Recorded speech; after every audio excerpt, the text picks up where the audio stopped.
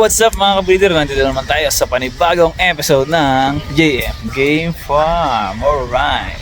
Okay mga kabreeder, dito sa EJ. Kasama ko yung kapatid ko. Nag-drive siya kasi sasakyan ko pasira-sira. Kasama ko yung dalawa nating kaibigang Indonesian. Papakilala ko sila sa inyo. This is Jede and Komang. Komang is naka-blue. Si Jede yung naka-black. Para lang di Pilipino yung itsura mga breeder. Ayan, nandito tayo sa EJ. Gusto daw nilang pumasyal at baka doon makakabili sila ng materyales kung kakayanin nila. Tinutulungan ko silang maghanap ng yan si boss. Bigay ng kape. Ayan. Okay. Medyo mainit na at medyo pagod na rin ako. Ilang araw na po akong puyat. Papakita ko lang po sa inyo yung konting mga manok. Okay mga ka-breeder, ito mayroong sigurong pumili nito na nasa tabi lang. Lahat ng manok dito ay talagang napakagwapo. Mga kaibigan, mga ka-breeder, hindi po ito yung first time ko na pagpunta dito. Kadalawa na po ito. Po yung mga manok dito. Balinsyado, mga pongkan po. Napakagandang manok. Ganda. Yung presyo po dito, 30k yung pure breed stag, 8k yung bata stag. Ikot-ikot ko lang po kayo kasi sobrang init. Hindi rin po makakagala masyado dahil yung pakaramdam ko medyo masama. Gusto ko lang po yung i-update kung saan gusto pumasyal ng ating kaibigan galing sa Indonesia, Bali Indonesia. Ayan mga breeder. Noon dati, nung kumuha ko dito, hanggang doon, sa dulong yon, inikot ko yan lahat. And then, nakakuha naman ako ng Gilmore, kaya lang, crosses lang yon. At, yun nga mga breeder, alam niyo naman po, pag crosses, hindi lahat maganda. Yan, kaya ibinenta ko siya. Dahil tinignan ko muna kung maganda yung kalalabsan. Okay naman, kaya lang yung hindi ako makakuha sa kanya ng hinahanap kong katawan. Kaya siguro mag-iipon muna ulit ako para makabili ako ng pure na talagang magagamit natin sa breeding. Ang ganda dito mga breeder. Yan. Yan, ganito yung nakuha ko, natatandaan ko, naaalala ko pa yung itsura ng manok ko na naibenta ko din. Ganito siya. Ganito siya. Pero, yan, ganun din. Ang ganda ng mga kalapati. Mga breeder, pasensya kayo ha, pasensya na kayo. Hindi ko masyado mapakita lahat sa inyo ang manok. Dahil ilang araw na tayong puyat at medyo masama rin yung pakiramdam ko. Gusto ko lang ipakita sa inyo na nandito ako sa EJ kasama ko yung Indonesian. Ayan. Siguro ito magugustuhan to ng taga Bali kasi maganda yung sukat. Station siya. Maganda. Kasi ang gusto ng mga taga Bali, malaki yung katawan, medyo maganda ang sukat.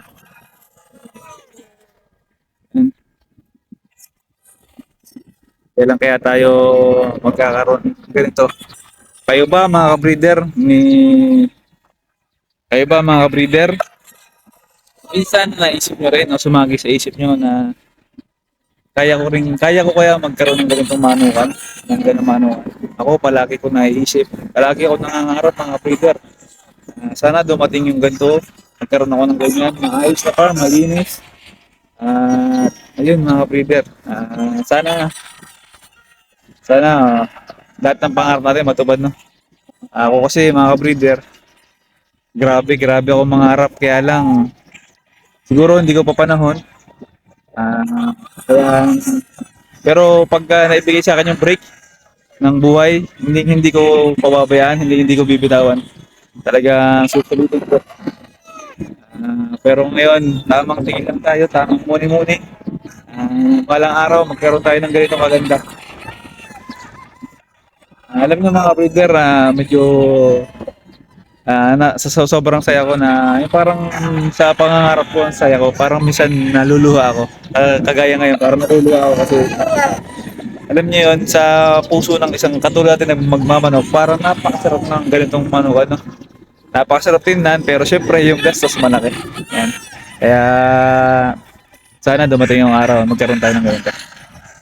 Napakagandang manukan, malinis, at quality ang mga nakatali. Dito na po kami sa dulo ng ano. Kailangan pala namin pumunta sa kabila kasi nandun doon yung mga bullstag. Kasi yung mga taga Indonesian, yung mga taga Indonesia gusto yung bullstag. Wala naman silang inaanong kulay. Pula, mayahin, yellow legs, dark legs. Basta makita lang nila na magaling. Para sa kanila magaling, tapos yung katawan yun. And then wow, ang ganda naman ito. Ang ganda. Yan. Hindi yan ka na? Ay doon pa? Hindi, doon pa.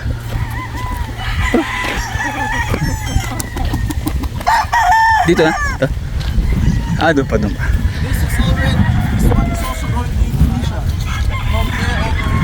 Okay.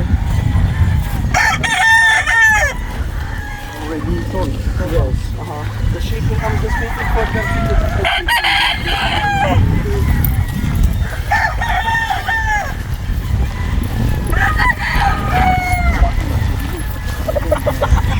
Okay. Nung una punta ko dito, hindi ako nakaabot dito sa likod na to. Siguro ito ay ranging area nila. Yan, ranging area nila. Ang ganda ng ranging area nila. Tingin ko mga ka-breeder, pagdating sa ranging area, talagang maganda. Wala masyadong puno. Yan. Talagang nasisigatan ng araw lahat kasi tingin ko lang. Ganun. Yan. Napakalawak mga ka-breeder. Napakaganda ng manukan. Sana lahat tayo balang araw magkaroon tayo nito. Alam ko lahat kayo nangangarap magkaroon nito, lalo na ako. Napakagandang manukan, maluwalas, organized,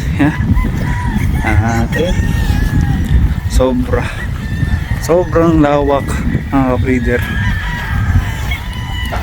Hindi ko alam kung paano sila nagpapatuka dito, kung ilang tao yung nagpapatuka, nagpapainom, dahil sobrang laki at lawak, no? Lawak.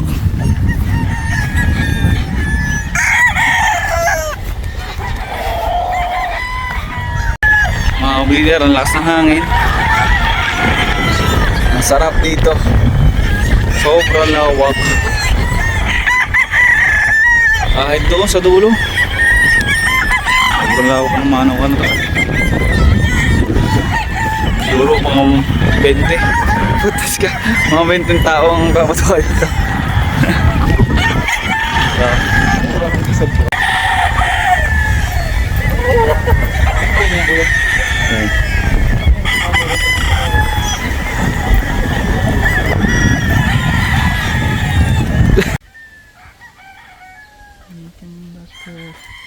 Boss. Thank you. Yes, go ahead. I'll look at the receipt trophy. Why you remove it? No. Put it in. Okay.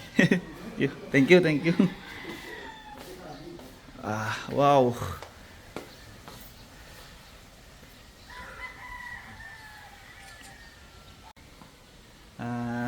WPC champion? This one. This one? Wow. Kinikilabutan ako eh. You can get that. You can get that too. I think it's hard. Ang swerte. Swerte, nakapasok ako dito. My friend, sorry, mga kaibigan, mga ka-breeder. Nakabili po sila ng 5. Napakabait po ni Sir. Saka po yung anak, ang bait din po, yung pamangkin. Nakabili po sila ng 5 bull stag. Ayan. Ayan mga breeder.